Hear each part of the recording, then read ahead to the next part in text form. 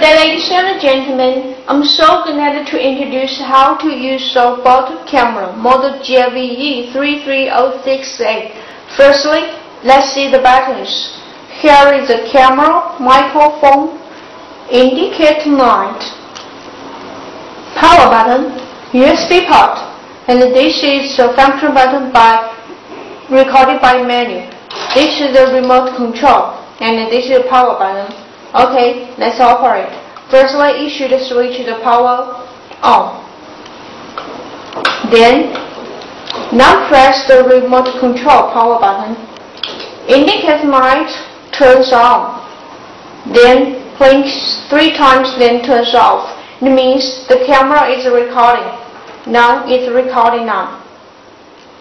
Recording video and audio. If you want to stop recording, just press the remote control once.